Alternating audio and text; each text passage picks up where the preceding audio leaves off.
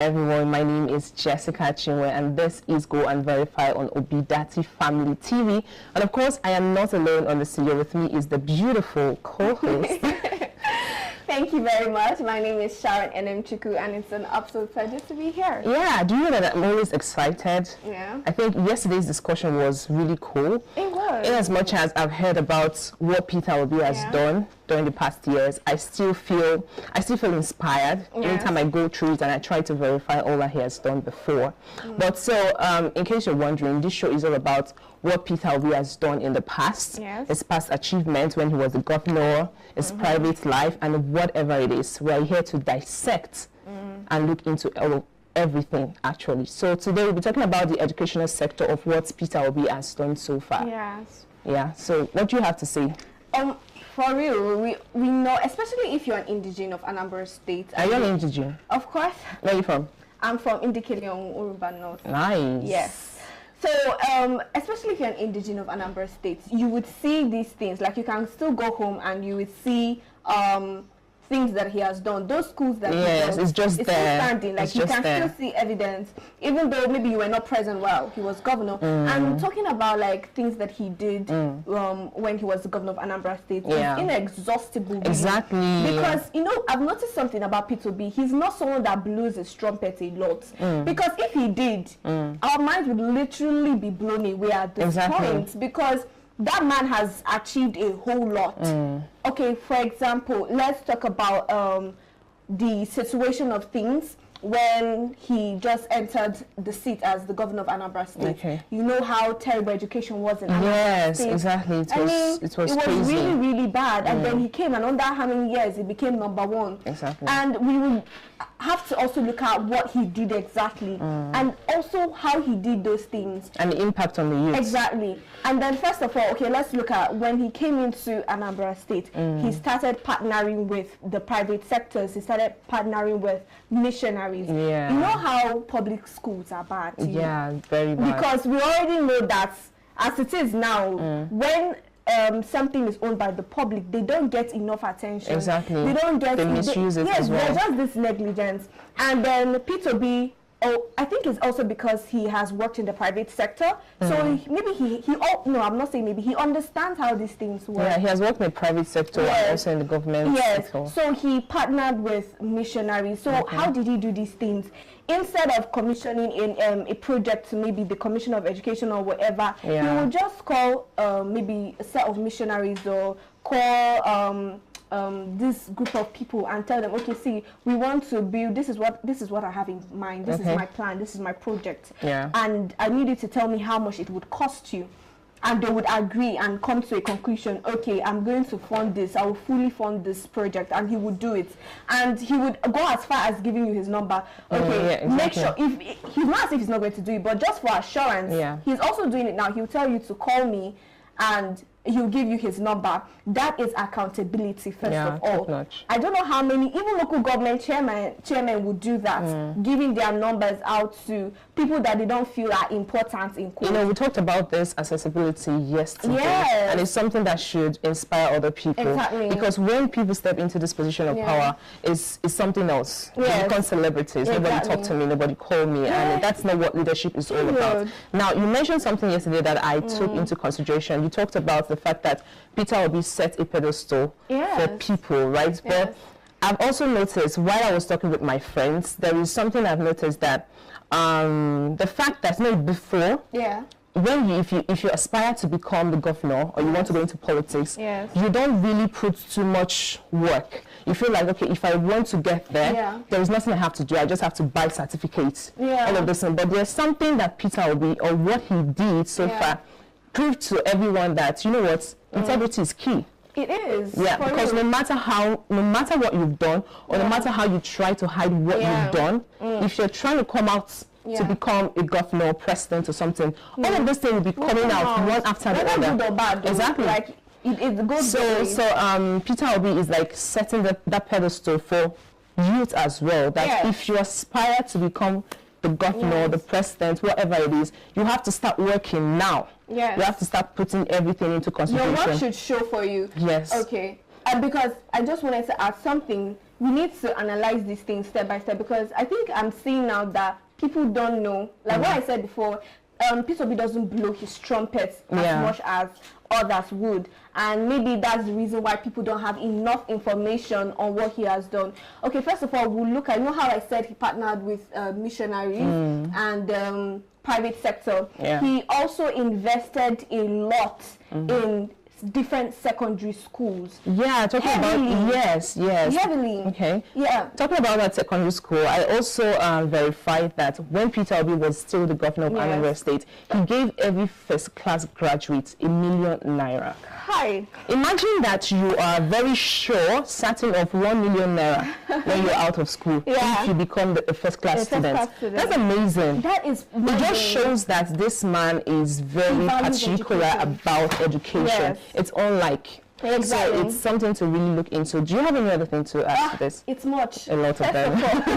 It's plenty. Okay, we also saw how, you know how, I don't know if you saw that before, but when I was in secondary school in Lagos, there's something that secondary school would usually do, Some secondary schools that are not registered with the government, when it's time for them to write WAEC, the ones that have conscience will pair their SS3 students with schools that have been registered with the government. But still, there are some schools that they are not registered. They are not registered, and they go as far as giving fake certificates. Yes, true. So when Peter Obi came, it was happening in Anambra State. When Peter Obi came, he had to stop all that. He had to put an end to schools that were giving fake certificates. Wow. So I think it's important that we look at that as well and try to see the character that is in play there, because if you were a corrupt person or maybe someone who didn't care about education, I'm not even sure you would even give, you will not care, you will not just care. So I think it's important that we see that character through that.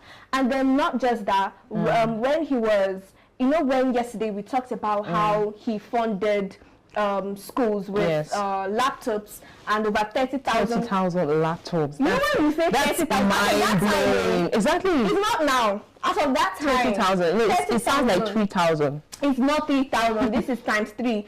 And he provided those computers. Not just did he provide those computers, he went as far as providing free internet service, free internet access. Like if you are a school in and if you're a secondary school based in Anambra State, you have equipment, you have laptops, you have free internet access, and that's something that to me it's so thoughtful. Because some people because they don't want to, they just want to do something for everybody to see. They might give you this phone, for example, and not give you the password to the phone, and then you are wondering how you are going to operate. No matter how expensive it is, if you don't know the password, you can't use it. But this man, after providing these computers, after providing these laptops, he went ahead to also provide internet services. So I think that's really amazing. That's amazing. That's amazing for me. Okay, that's really cool. I also want to point out, I don't know if this is also included in the educational sector of what Peter Obi has done, but then let's talk about the fact that Peter Obi did not owe any money. Do you know? And yesterday you were saying that you were trying to compare yourself with, and I was trying to say, it's true, because I personally, I don't know what I would do saying such amount of money. Exactly. Because it's crazy. So what do you have to say about that? Okay, first of all, you know, there's something that that I love about Peter Obi, and it's the fact that he tries to gain information from here, from there. Exactly. This man went to 6 Ivy League schools, if I'm correct. He has 6 Ivy League schools, and he went to a lot of business schools as well, trying to get insights on how to run and how to solve a particular problem. I see Peter Obi as a man that is always inventing new ways to approach a problem, because there's something that I've noticed with our leaders, or maybe not just with our leaders, with most of us, when we have figured one way to do something, we will just keep to that one way. Do you understand? But Peter Obi is someone that is constantly bringing out strategies. Why am I saying this? Okay, in Anambra State then, everybody should know, even if you are not an Anambra indigene, teachers were being owed salaries like crazy. They were owed salaries back to back, and these were people's mothers and fathers, and they couldn't afford to take care of their children. They couldn't even afford basic care. And when Peter Obi came came on seat, he changed that narrative. I think he gave aged people 70,000 naira. If I'm not mistaken. That one is aside. Aside. Let's also talk about, like, you know how this thing works, how funding works is that it's the federal that releases a particular amount of money to the states, and the state is like the commissioner for education, who now releases that money to the local government, and then the local government will now release it to the teachers. That's for salaries and payments and running the school and everything. So, you know, because corruption is inborn. Yes. The people at the states will take their share, the people at the Commission of Education might take her share, and then the one at the local government level will take their share. So before it's now getting to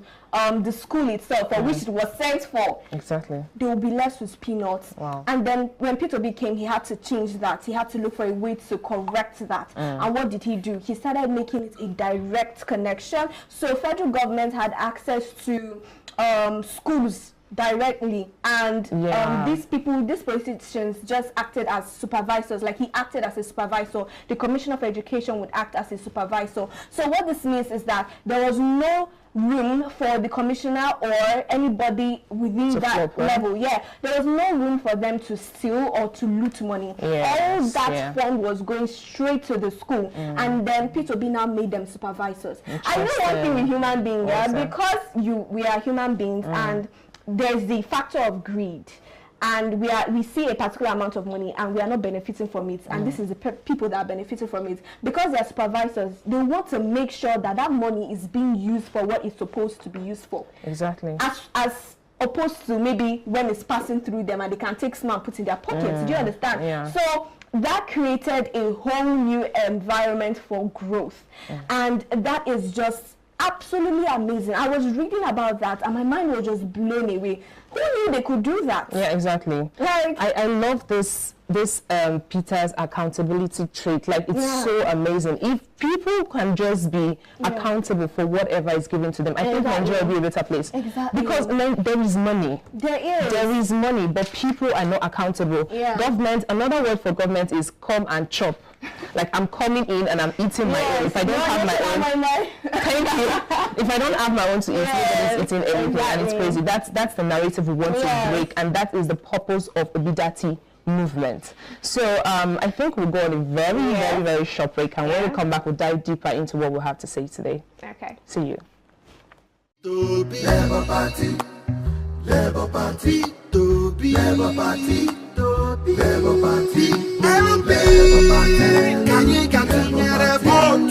Labour Party, Labour Party, Labour Party, can you get a vote? Labour Party, Labour Party, never say, Mama, Papa, na Labour Party, Mama, Papa, na never say, Mama, Papa, na Labour Party, Mama, Papa, na Labour Party.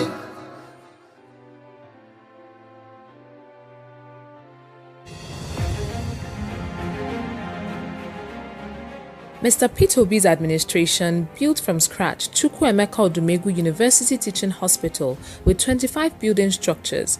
His government funded transformation of massive infrastructural development, accreditation of 12 health institutions and 2 hospitals, and also built 10 maternal and childcare centers across the state.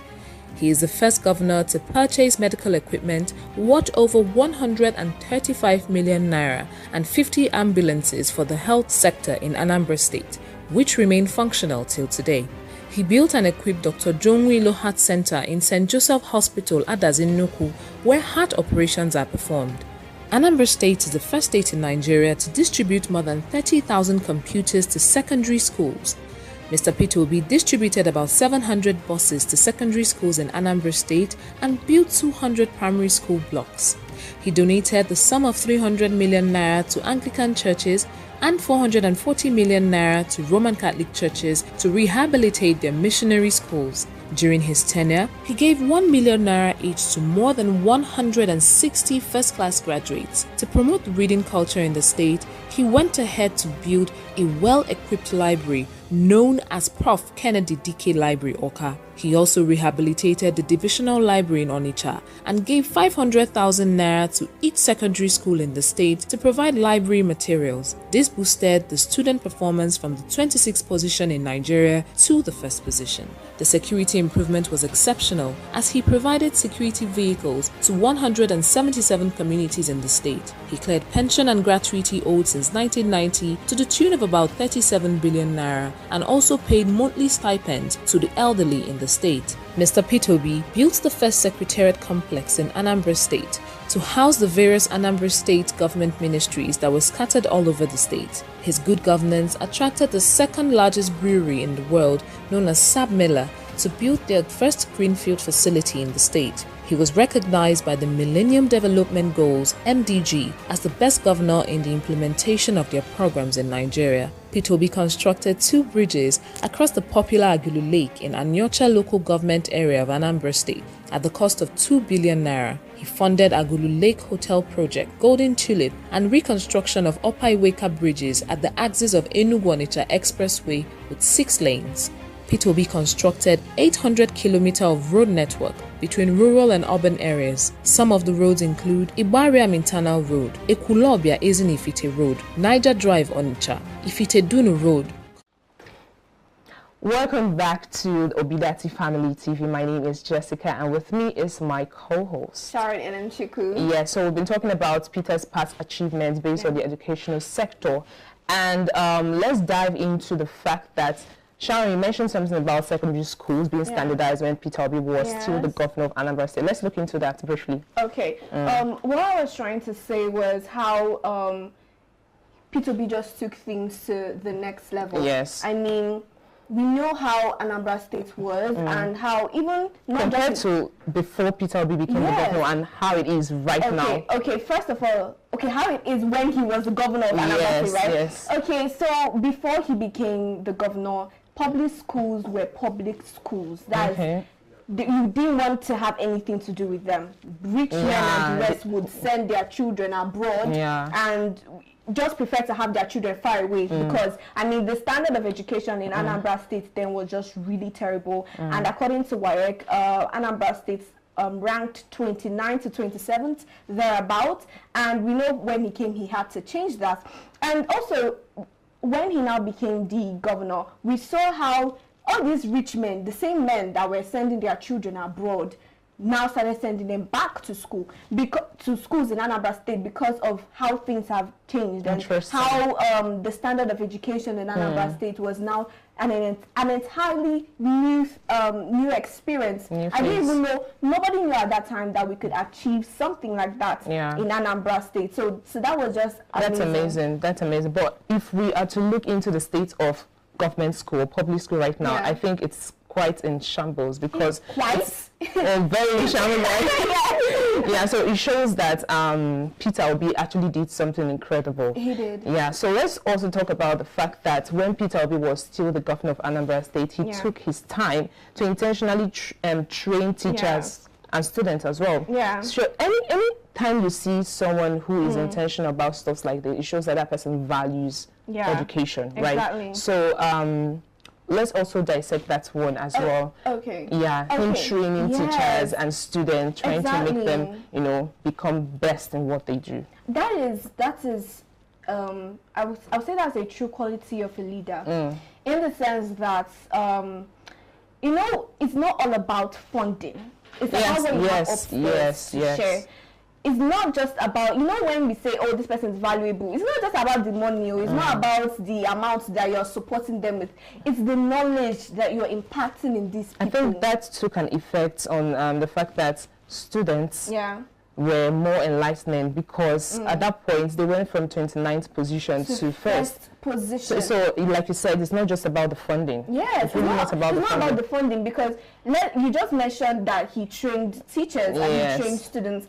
And then it's just heartbreaking because you go to some secondary schools. I have younger siblings, and when they share their experience with their schools or their teachers, it's really heartbreaking because these people don't even care. They don't know how to speak to children. They don't know how to correct these children. They don't know how to just make changes in that child's life, and that is because of ignorance. They don't know how to do these things. So you need somebody who knows to tell you, to show you the way, in quotes, to show you the way. And that was something that Peter Obi did. He did that to not just the teachers, right? He did that also for the students, and you saw the growth, you saw the improvement within a short period of time. Yeah, the fact that he studied philosophy is also playing in this whole thing, because you understand that teachers are not just there to teach you A, B, C, right? They're also going to instill some moral things on you, so they themselves need to be trained. Exactly. So and that is why it's good to take education serious, because just imagine that he himself didn't take education serious. Imagine where he would be, rather than faking certificates. Go to school. I love that statement. Go to school. Yes, education is very key in our country. And there was we were talking with one of our guests, and she said that the reason, like, if you come to a society or a country and you want to really boost their economy or the state of the country, you have to be critical with education. True. Yeah, it is when we acquire some certain level of knowledge that we know how to develop our country and our society. So this is what Peter Obi has been doing from the onset. Just imagine what he's capable of doing if he becomes the governor, the president of Nigeria. And then, you know, a quote comes to mind. I don't know how it said exactly. It said, out of ignorance, my people perish. Yeah, that's in the Bible. Yes, exactly. So I think that people don't understand. They say information is power. Yes. But maybe it's because of the setting that we are in. We don't really understand how powerful information can be. And with a man like Peter Obi, who has access to this information, or let me not just put it that way, who chases after this information, who is interested, who is enthusiastic to learn new things, and not just to learn new things, to share these things that he's learning with people. It shows that this person is a leader. Let's take a look at the people in his cabinet, or the people that are supporting Peter Obi, the people in his circle. Yeah. Who is not educated there for real? Exactly. Who isn't educated? They have records. They have we call it on social media. They have receipts. You can go and verify. Do you understand? Yes, go and verify. You can go and verify, and it just shows that. How do they say it? Your friend, show me your friend, and I'll tell you who you become the sixth person of the 5 people you associate yourself with. That's true. Yes, that's very true. And I love the fact that Peter Obi is more than willing to share this information that he's gathering. And also, since we are still talking about education, you know, it's popular now in Anambra State, the Chukwuemeka Odumegwu teaching hospital in Nnewi. Okay. So this hospital, I'm not even going to lie, I didn't even know this, but it was Peter Obi that from scratch, he built that hospital. Okay, because before then, there was no nursing school or any teaching hospital that were training students in the medical field. And then he did that, and that is absolutely amazing, because till now, Chukwuemeka Odumegwu Teaching University is still standing, and more than I say 100, thousands of students have passed through that structure, through that uni, because of what? One man. Wow. Do you understand? Wow. And not just that, too. There are several. Okay, now let's give it flowers. Please. There are like several teaching hospitals like that that he erected from scratch. It's not as if a past governor started it and left it somewhere and he had to like pick up from it. So we said that Peter Obi actually like took initiative of programs and saw that he finished them. Because it's not everybody that starts something, and finishes it. Especially with this Nigerian government. I don't know what's wrong with this. True, they put all their power initially, but when they start going further, it's just as if I'm tired, thank you. Especially our roads. Let's not even talk about our roads. No. They commission roads, and especially in Lagos, they'll commission road. 2 years, they are still constructing that. What are people constructing? What about the one that went after constructing before a month? Yeah. The road is spoiled. because they're using the right equipment and everything. It's still the same corruption. Exactly. Now, isn't it? So I don't know if we have other things to say, but then this shows that Peter Obi, yeah, we do, definitely. There are a lot of them, but we don't want to exhaust everything today. Okay. But we're still going to talk more about the educational aspect of what Peter Obi has done. But I don't think, I said this before and I'm still saying it again.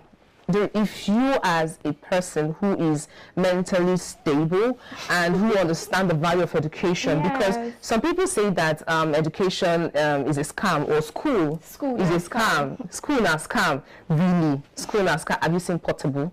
Let's not go to that, right? Let's not go to that place. But then, if you do not value education, you are not going to buy to what we are saying. But it's obvious that education is key. Of course. And it's crazy because let's talk about the ASUU strike right now. Okay, our current government, they don't care. So imagine if Peter Obi, as a man that values education, imagine what he's going to do when this ASUU strike comes up. No, it's not. I don't even think it's going to come up. Exactly. You said that these people don't care. There's a difference between someone that doesn't care and someone that doesn't even give a. I don't use the F word. Someone that doesn't even. They don't think about education. They don't even see it as important. They don't see it as relevant. They don't see the need for it. Because they have to, find a way to get a certificate. You understand what I'm saying? So because they don't understand, they've not experienced it firsthand. They don't know the value. For example, let's just go back to those days where we're still gaining independence and everything. And how in Igbo land, let's use Igbo land as a case study, families were not really allowing their children to go to schools. And why was that? Because they didn't understand it. They didn't see the need. They saw it as a waste of time. They saw it as lazy people. My mom used to tell me that her parents used to call them lazy. Like if you go to school, they will refer you as lazy because to them, hard work is when you are in the farm. You are using your hands, you are digging. You understand? That's how they prioritize stuff. And you can also compare it to now because these people don't understand. They don't have a. They told us one time that we should go to the farm, didn't they? Jesus. Imagine it. So, Asha, do you have your holes and your lakes? No, I'm not saying agriculture isn't important. No, definitely it's not. They need to understand that agriculture is important. Yes, it is. Yes. It's just that I'm trying to make people understand that these people don't have an educational background. And maybe that's the reason, not maybe, that's part of the reason why they are not taking this seriously. Yes. And let us just further expatiate on the ASUU strike because so much happened during that time. Mentally for students as well. Exactly. I have two sisters in the uni, and I understand firsthand like how it affected them mentally. And a lot of students didn't return.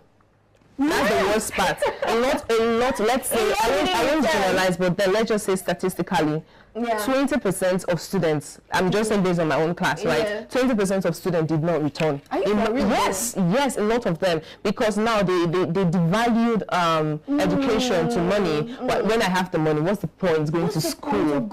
There is no way you can try to. Education is inestimable. That's just the thing. There is no way you can try to devalue, even if you have the millions in the world. Haven't you see people who make the millions and everything and then go back to school? Do you think they're stupid? No, it's not about the certificate. Anybody that tells you, okay, yes, education is not really the key, but then you have to make money. Those people took their education serious, even if they dropped out. They have something upstairs. They do. So don't allow all of those things. Don't allow all those things deceive you. And even those people. The opposition parties or our current president who went ahead to, let's just keep that part. Let's keep it, okay? Let's keep it. All right, so... And then you were saying something about students that didn't return. Yeah. And I didn't even... Okay, maybe because I'm not going to class. There are a lot of them, and my friends as well. Some had to get married. Yes, okay. You're also forgetting that a lot of people got married. I got pregnant. Exactly. It's a good thing. Let's just point out that it's a good thing, right? It's a good thing, but did it come at the right time? Was it what they planned? Exactly. It wasn't. I can tell you for a fact. I don't know if you remember one time where we had issues with a girl that was raped and killed because she was trying to work while the ASU strike was on. Just imagine that she was still in school. I'm very certain that this same girl will still be alive at the moment. This is as a result of bad government in our country. Exactly. So, do you have any other thing to say? No, yes, I have something to say, but I think at this point we should go on a break and take some water, and then when we come back, we'll talk about it more. Yeah, see you. Yeah. Lodge and Annex Onitsha, FMR Customary Court of Appeal Complex, High Court buildings at Nnewi and Ogidi, Judges' Quarters at Onitsha. His visionary leadership brought unprecedented transformation to the local government in Anambra State. He made provision for 1.2 billion naira credit facilities to farmers in the state and cleared a 20 million naira debt owed banks as a result of the 2012 flood devastation. Peter Obi's administration purchased 90 buses and taxis for Anis Mass Transit Company. He adopted the best practice in waste disposal and provided over 300 million naira worth of waste evacuation trucks. The Debt Management Office rated Anambra as the least indebted state in Nigeria. Mr. Peter Obi handed 75 billion naira to his successor, Mr. Willie Obiano. The credibility and reputation of Peter Obi as a competent visionary leader in public service governance and management of state resources remains undisputable.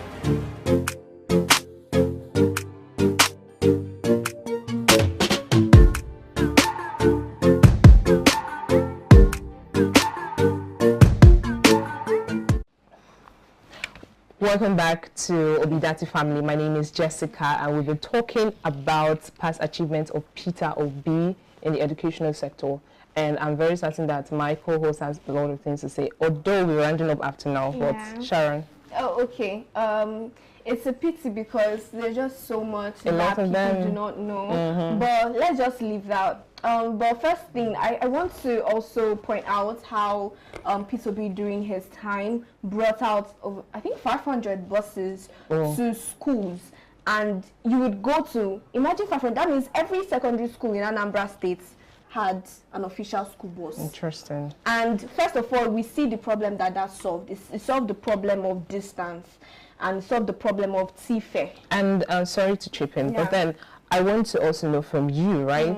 When he gave the 500 buses, is it specifically for public schools or all the government schools? No, it was for all the government schools. So he was also funding private and government. That's very interesting. Exactly. Interesting. Yeah, he was funding both private and public schools. All right. I think we've said enough, although we still have a lot of things to talk about Peter's past achievements. But then we will be rounding up today. Don't forget to follow us on all our social media platforms, on YouTube, on Facebook, on Instagram, on TikTok. And also, don't forget to tell us your location. Where are you watching from? That's very important. So, Sharon, do you want to tell them how to follow you?